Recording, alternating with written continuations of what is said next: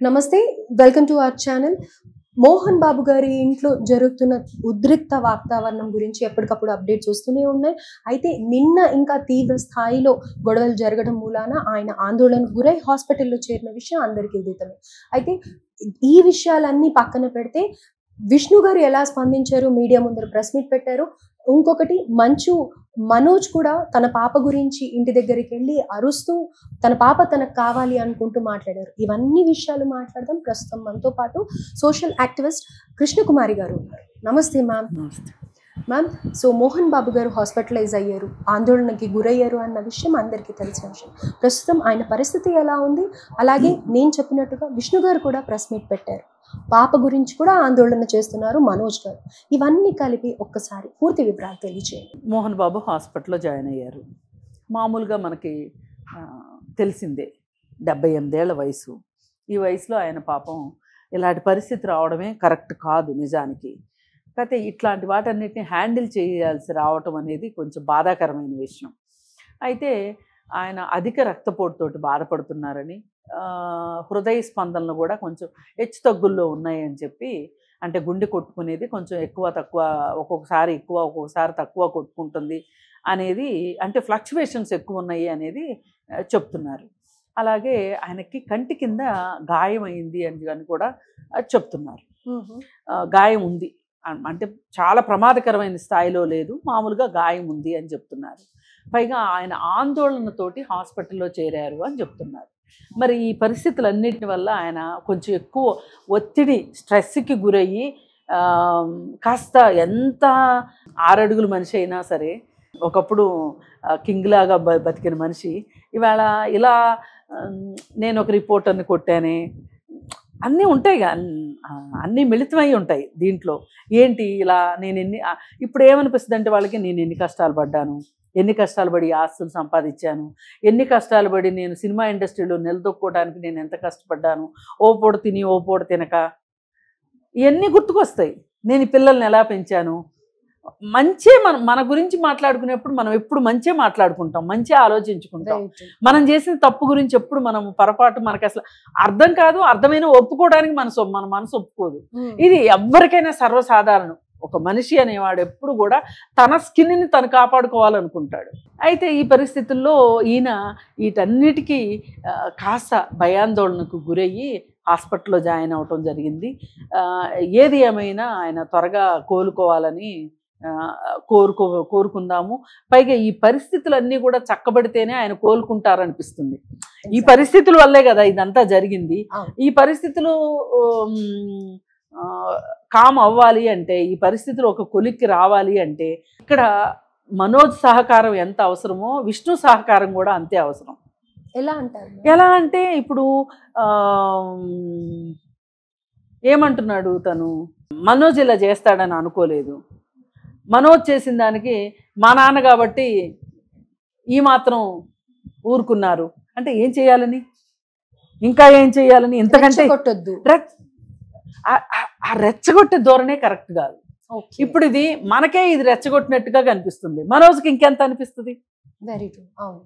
అందుకని ఇక్కడ మనోజ్ పాత్ర చాలా ఇంపార్టెంట్. మనోజు పాత్ర ఎంత ఇంపార్టెంటో అంతకు డబలు విష్ణు పాత్ర కూడా అంతే ఇంపార్టెంట్. అయితేనే మోహన్ బాబు ఆరోగ్యం కుదుట పడుతుంది. ఇకపోతే మనం ఇప్పుడు అనుకున్నట్లు విష్ణు కూడా ప్రెస్ మీట్ పెట్టాడు.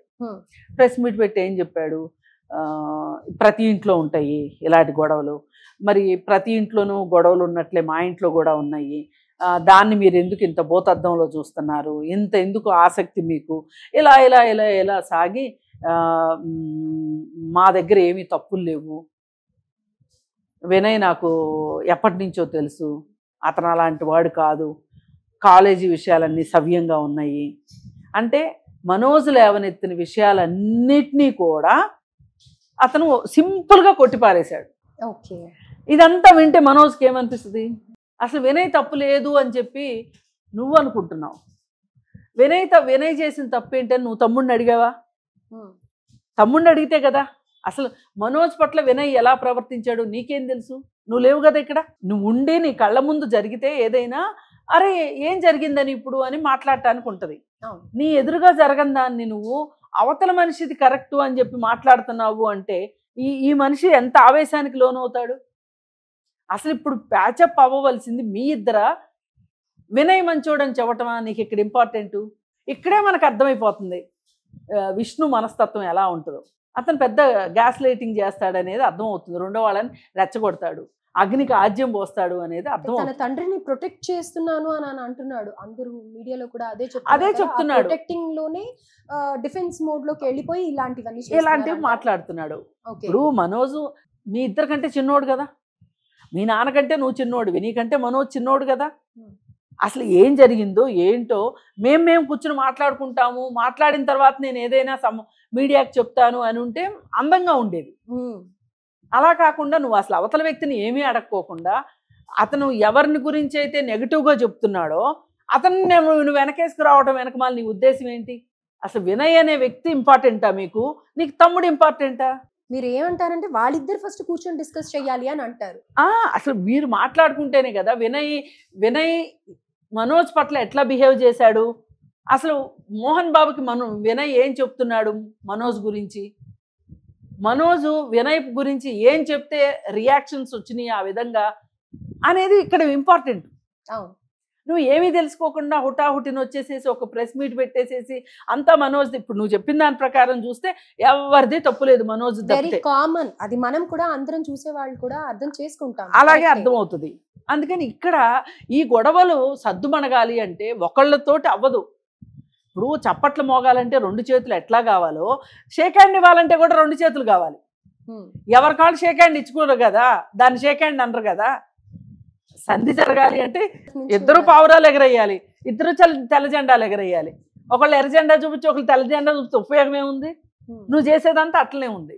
అండ్ కమింగ్ టు మనోజ్ పాప విషయంలో చాలా మనోజ్ విషయంకి వచ్చేసరికి నిన్న జరిగింది ఏంటి అంటే మనోజ్ పాపని వాళ్ళ అమ్మ దగ్గర ఆయాతో పాటు పెట్టి మనోజ్ వాళ్ళు హాస్పిటల్కో పోలీస్ స్టేషన్కో తిరుగుతున్నారు. వాళ్ళు బయటికి వెళ్ళారు. బయటికి వెళ్ళిన వాళ్ళని వాళ్ళు ఇంటికి వస్తూ ఉంటే భద్రతా సిబ్బంది గేట్లు తీయలేదు. ఇప్పుడు వాళ్ళ అమ్మాయి లోపల ఉంది, అలాంటప్పుడు గేట్ తీయాలక్కర్లేదా? ఈ మనిషి లోపలికి వెళ్ళాలి కదా, మరి ఎందుకు తలుపు ఎందుకు తీయలేదు? ఇది రెచ్చగొట్టినట్టే కదా మనోజ్ని. అంటే నిన్న ఏదైతే ఆడియో రిలీజ్ చేశారో అందులో మోహన్ బాబు గారు నీ బిడ్డ మా దగ్గరే ఉంది, క్షేమంగా ఉంటుంది అని అనేసాను. ఎందుకండి వాళ్ళ పాపను వాళ్ళకి ఇచ్చేస్తే అయిపోతుంది కదా. వాళ్ళు ఒకసారి లోపలికి వచ్చి వాళ్ళ పాపను వాళ్ళు తీసుకెళ్తే ఏమవుతుంది? అతన్ని వీళ్ళు దూరం పెడుతున్నారు. ఇది అక్షరాల సత్యం. ఇప్పుడు అతను లోపలికి వస్తాడు, భార్యాభర్త ఇద్దరే వస్తున్నారు, వచ్చి పాపను తీసుకొని వెళ్తారు. పాపను తీసుకెళ్దామని వచ్చారో ఉండాలని వచ్చారో చూడాలి కదా మీరు. ఎందుకు రానివ్వరు అసలు? భద్రతా సిబ్బందికి అంత పెత్తనం ఏంటి? అంటే మీరు ఎవరిని రమ్మంటే రానిమ్మంటే వాళ్ళనే రానిస్తారు, వాళ్ళ తప్పేం లేదు. మీరు వాళ్ళకి ఇచ్చిన ఇన్స్ట్రక్షన్స్ తప్పు.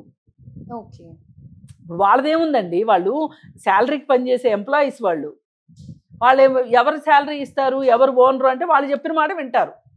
మరి తప్పు కదా అట్లా చేయటం.